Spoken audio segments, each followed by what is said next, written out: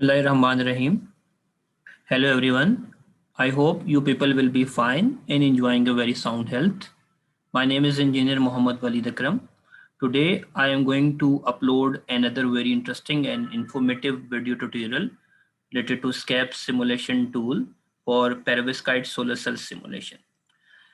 In my today's video tutorial, I will perform two kind of main key analysis in order to optimize the performance of 13-based perovskite solar cell in SCAP 1D.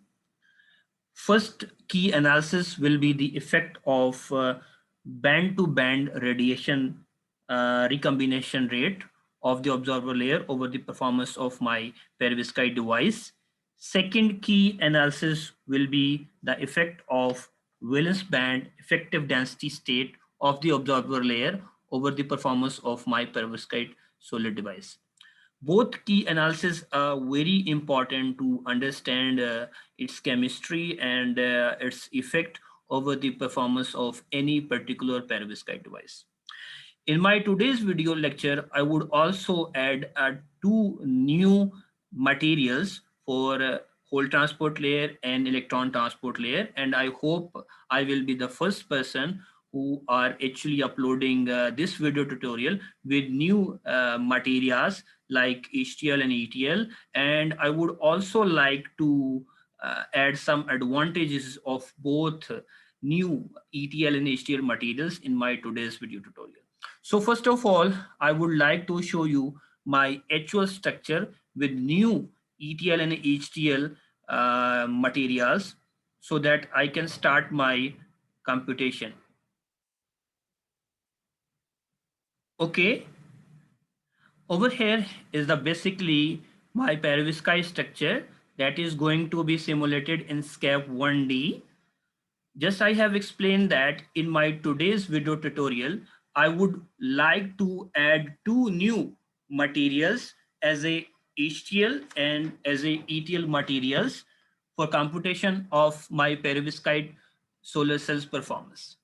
First material that is being used in my today's work, in my today's simulation video tutorial is copper thiocyanide as a HTL, and second new material that has been used in my today's work is basically indium sulfide.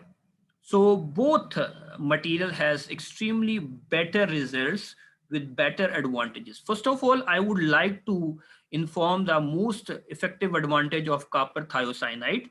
Uh, this HTL material has better carrier mobility as compared to typical spiroptimide material, and this HTL material, copper thiocyanide, has very better ambient stability. And third and most important thing about the use of this new HTL material is about the cost. Its cost is about 50% less than that of typical spiroptimide layer.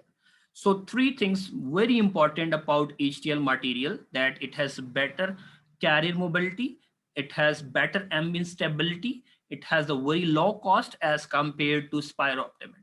And when we talk about the performance comparison between spiroptimide and with this copper thiocyanide, it has been seen that there is a very minor difference between the performance of both HTL materials. So it can be very helpful in designing a low cost and efficient perovskite solar device on lab experimental point of view as well as for simulation work. Now I am going to express the advantage of the second new material, that is basically the ETL material, electron transport material, indium sulfide. This material has also better carrier mobility as compared to of typical TiO2 layer, titanium dioxide layer, and its cost is also very less cost effective as compared to TiO2 layer, and its ambient stability is also better than that of TiO2 layer. And now I am going to express another advantage of this new ETL material. It has very optimized band gap value, and this material has very dramatical kind of band gap value with respect to temperature. And when we have seen that about the indium sulfide, its band gap value varies with respect to temperature. Lot of people don't know about it. What is the reason behind it? On 60 Celsius degree temperature, we have seen that it's the band gap value is about 2.1. And with the increment of temperature, like we can say that 70 Celsius, it has the band gap value with 2.74 electron volt. And then on 80 Celsius temperature, its band gap tend to decreases dramatically, 2.53. And as long as we tend to increase the temperature from 80 to 90 and 100 degree, its band gap tend to increases. So optimally, when we try to talk about it's the band gap value, it's not about the band gap value, but also its electron affinity value tend to change. So one person can use a variety of range of band gap value with electron affinity value. So I would like to add more information that if someone is using his band gap value with 2.1 electron volt, he or she must use electron affinity 4.65. And if he is using the band gap value with 2.5, he can use electron affinity value 4.25.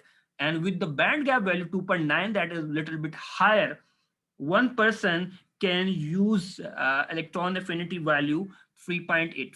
So both materials like HTL and ETL are very important and helpful in designing a low cost, efficient, and ambient stable structure perovskite device in lab experimental point of view, and for in case of simulation tasks. So this was the first session about the addition of new materials like HTL and ETL about my today's video tutorial.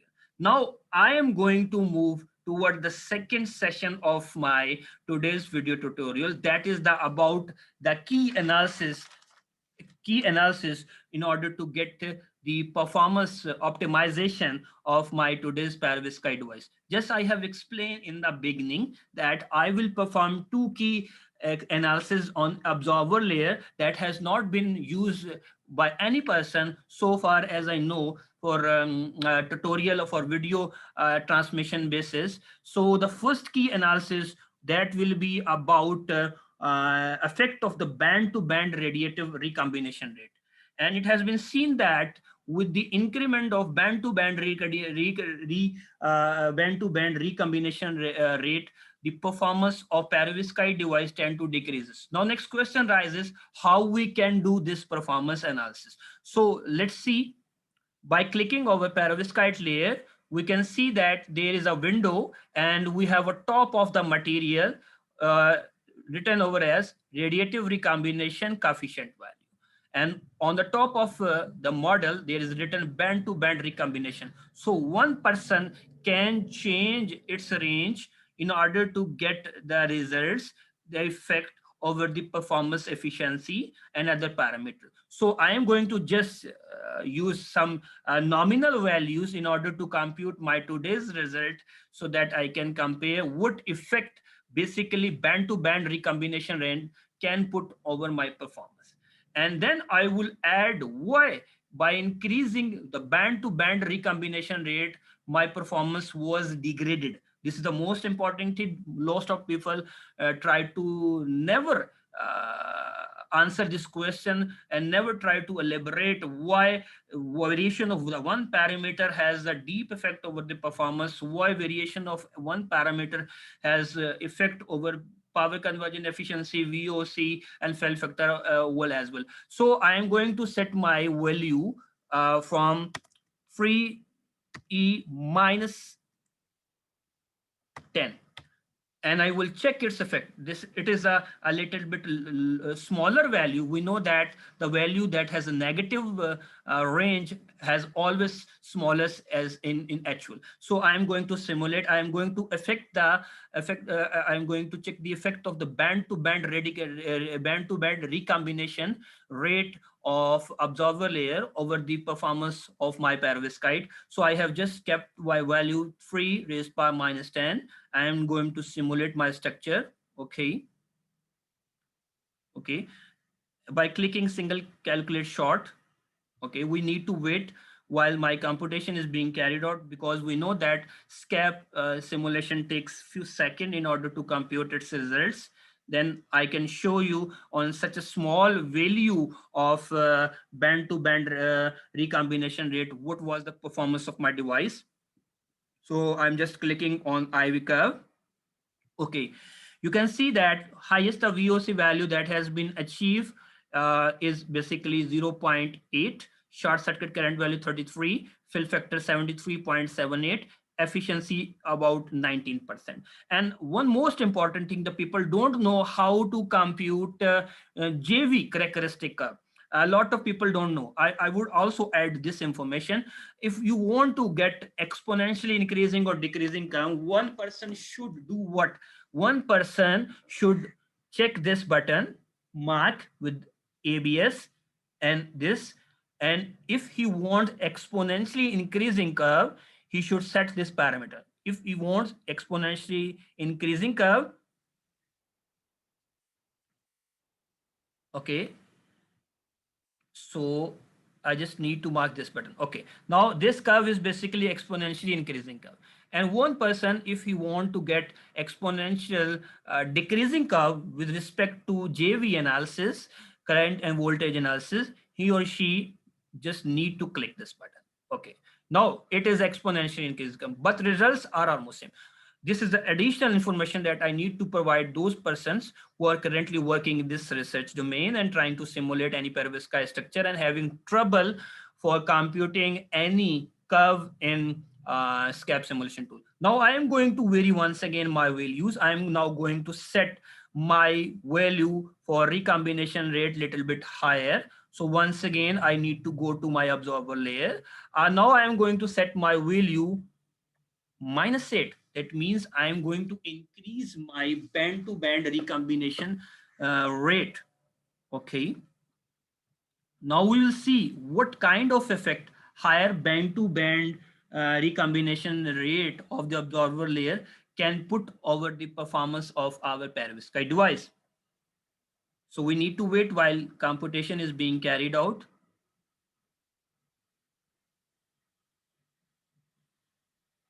Okay. Okay, you can see that. What kind of effect have? We have seen that my VOC value has been decreased, my power conversion efficiency has been decreased, but short circuit current value is almost same. Now I would like to add what is the reason why the variation of band to band recombination rate is providing us such a degradation in case of VOC, in case of power conversion efficiency. So one should note that the band to band radiative recombination rate is basically intrinsic property of the absorber layer that is completely dependent upon the NA and ND value. The effect of the band to band recombination rate has extremely minor on short circuit current value, but it has a very deep effect over VOC. Why? This is the reason is why the reason behind is that the probability of electron and hole pair generation is comparatively less and in transportation of the solar cell. So we can say that the effect of band to band recombination radiative combination has clear impact over the VOC. As long as we tend to increase the recombination rate, power conversion efficiency and VOC tend to decrease this, but keeping minor change effect on short circuit current value. If someone try to change its value more and more higher, what will happen? Our VOC will decrease and efficiency will decrease. It means that there are more recombination defects in my structure, and we know that these recombination defects are directly related to the value of VOC and power conversion efficiency.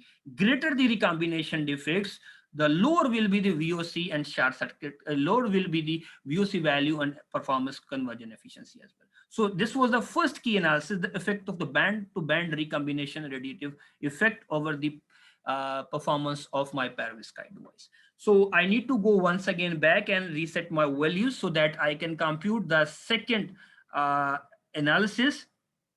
I need to reset my value on initial value that was basically the 00. Now I am going to move towards my second analysis that was about the effect of Willis band effective density over the performance of my perovskite device. So we can do this analysis by clicking over the absorber layer. Okay, over here is basically the value effective density state. We will change effective density state of the absorber layer, and we will see what kind of effect it is basically providing over the performance of my perovskite device. I will change my value from 18, 19, 20, and 21. One person can change its value, and then he or she can clearly check its effect. And definitely the value, the VB, effective density state value of the absorber layer, can put a very significant effect over the performance of any particular perovskite device while it is being computed in SCAP 1D. So I am going to set this value 18 first, and I am going to check what kind of results is being provided. Okay. We need to wait while simulation is being carried out.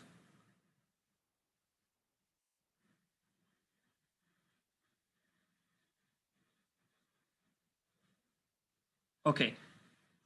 Okay, here are the results.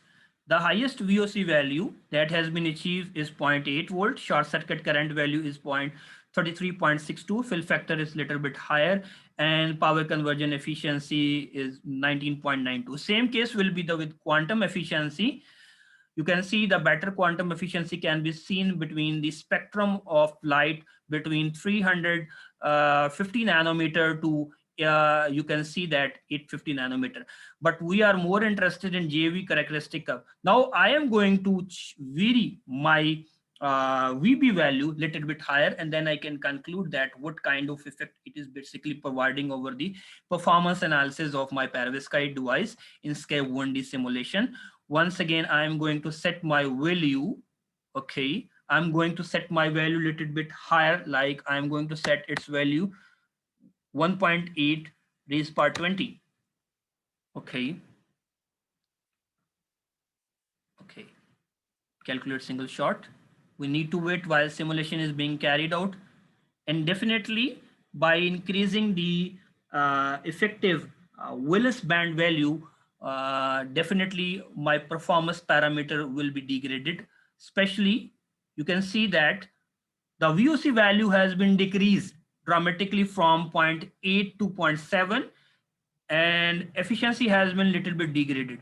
Similarly, if one person tend to increase the effective Willis band value from 20, 21, and 22, and definitely there will be degradation in case of power conversion efficiency and VOC. Once again, the most important thing is that my short circuit current value is not changeable. Now I would like to add the reason why my JC value is almost constant, why my VOC value has been decreased, and why efficiency has been degraded as well. And similarly, with the more and more increment of VB value, definitely VOC will be more decreased and power conversion efficiency as well. The reason behind is that as long as we tend to increase the VB value higher and higher, the probability of generation of reverse saturation J naught tend to increases, and J naught has a very deep effect with key performance parameter analysis of VOC. As long as the J naught value, the reverse saturation current value, dark saturation current value tend to increases, the VOC value tend to decrease. So there is a inversal relationship with the increment of VB value, the J naught value tend to increases and VOC value tend to decrease. So there can be a reverse relationship with dark saturation current to VOC value. And we know that VOC value has direct impact over power conversion efficiency. If VOC value tend to decrease and fill factor value tend to decrease, the power conversion value tend to decrease as well. So it was about my today's video lecture. I hope you people have a very good information from it. And it is a humble request for all of you, if you are listening my lecture and watching my lecture and video tutorials, kindly subscribe my channel so that you can get my other informative video tutorials on SCAR 1D on time. And from the end, I would like to conclude my basic remarks about today's work, that one person can use a different new materials for HTL and ETL that can be more cost effective, that has better carrier mobility and ambient stability. Because we are more interested in designing low cost and efficient perovskite devices. And similarly, one can perform a lot of key analysis like temperature effect, like thickness effect, like band gap, and electron affinity as well. But today I have tried to add two key new analysis, that was about the band to band recombination radiative effect over the performance parameters. And the second key analysis was the effect of Willis band value of the absorber layer on the perovskite device.